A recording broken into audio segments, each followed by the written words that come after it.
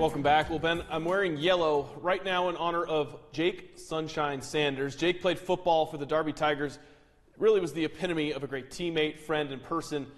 This story is about him, his family, and how he helped galvanize a town who opened their hearts in support of a young man going through the toughest of times.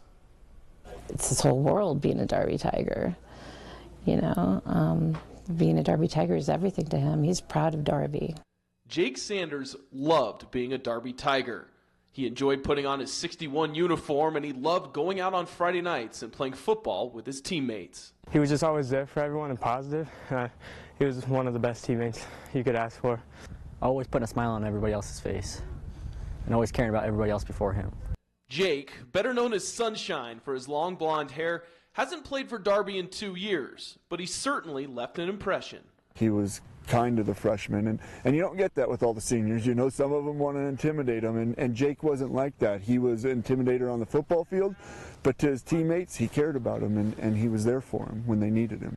Little did Jake know he would be needing them right after graduating. In August 2017, Jake was moving into the dorms at the University of Montana when he felt some chest pains. He went to see a doctor who would give him some unexpected and terrifying news. He had an inoperable tumor, stage 3 non-Hodgkin's T-cell lymphoma. I just thought it was a mistake. I thought it couldn't be cancer. I mean, he was an athlete, played 3 sports all 4 years. Totally in shock. Jake's mom, Debbie, didn't want to believe it, partly because her son was just 20 years old, but also because tragedy has already struck her family. When Jake was 8 months old, she was diagnosed with 3rd-stage malignant melanoma, and 8 years ago, she lost her oldest son to an overdose. Going through that, going through the overdose, and now with Jake, I mean, how do you do it? I don't know. I love him, and I don't know. I just have to reach down and find the strength somehow. I want to make him proud of me. The loss of her first son brought Jake and Debbie closer together, and for the last 11 months, they were side by side at hospitals in Salt Lake City and Houston, doing everything they could just to try and survive. We're joined to the hip. We've traveled all over together. He's just like, he's the best companion. He's my best friend. He's my son and my best friend. They probably have more, incredible's the word, I mean, more of an incredible bond than any mother and child I've ever known or been around or in my entire life. But despite their best efforts with chemo and experimental trials, doctors told them last week there was nothing more they can do for Sunshine. It was hell. It was trying to put a smile on my face for Jake when I know where this was going. You know, it's probably the hardest thing I've ever had to do in my life. Admitting that you're 20 years old and this is all, and it's unfathomable to me. You know, they can send a man to the moon and they can do all these things, but you can't save a healthy 20-year-old boy that's got his whole life in front of you. It's frustrating. It's really frustrating. It's heartbreaking. Jake and his family were able to find peace with their faith, but it was still hard to not ask the question, why? And why is a 20-year-old sweetest kid in the world leaving us? I mean, sometimes it's hard to understand God's will, truthfully. After hearing the doctor's news, Jake decided to live out his last days back home in Montana. So they flew back Friday, October 5th. They got to Montana past midnight, but that didn't stop nearly the entire town of Darby from lining the streets to welcome Sunshine home. I thought there was an accident because the fire trucks, the lights were flashing, and I couldn't even believe it. Despite having a football game later that day, among the crowd was his former team, eager to lend a hand, like Jake did for them so many times before.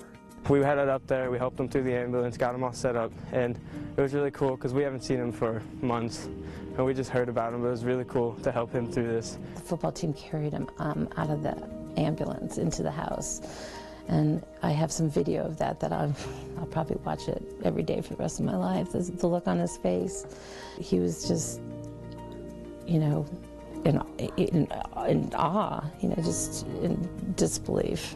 After getting no sleep, the Tigers loaded a bus to Drummond to play the undefeated Flint Creek Titans with sunshine on their minds. Love you, Jake. Stay strong, man. Love you, Jake. Welcome home, man. And while Sunshine didn't physically travel on the bus, that didn't mean he wasn't there in spirit, or on the sidelines, and even in the game. A very special moment right now, Jim, as Darby is going to line up without a center. And that is because Jake Sanders, one of their former players, graduated a couple of years ago. Right now is going through a big battle with Hodgkin's lymphoma. It was a weird feeling because he's been graduated for 2 years now, but he's still very much part of the team. So it's like his mother. Everybody knows his mother. And yeah, I mean, I was standing in the spot I played when he was still playing, so I just pictured Jake next to me, but he wasn't there. Darby took a delay of game penalty to honor Jake, but it's what happened next that was just as powerful. The Flint Creek Titans jumped off sides to pay their respects as well.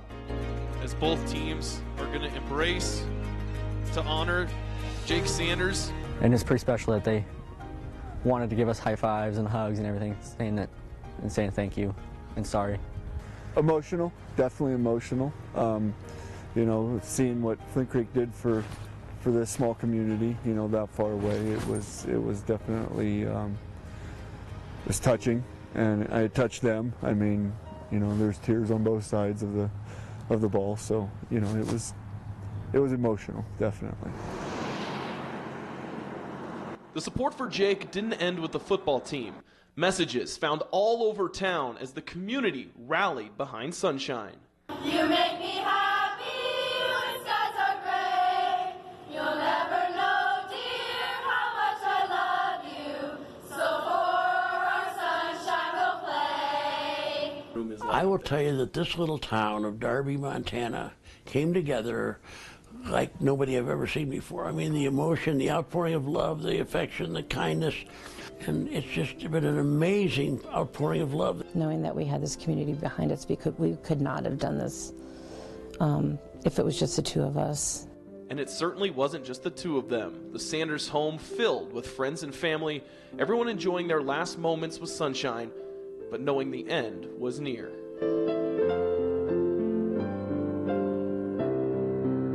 He told me he's scared. I promised him I wouldn't leave him, and I haven't.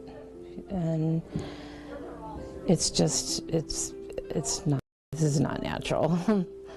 But he's optimistic. He's like, he's okay. He's at peace. He's at peace with himself. There have been no tears. There's been no anger. You know, he's just at peace. On the morning of October 10th, after nearly a year's battle, Sunshine passed away peacefully, surrounded by his family, with his Tigers jersey hanging by his side. The lives he touched, the way a small town opened their hearts, and his spirit will never be forgotten. And now there's just a little extra sunshine up in heaven.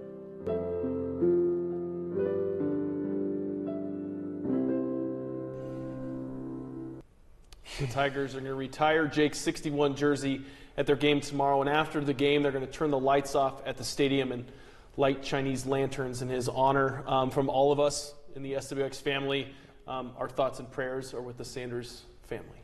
We'll be right back.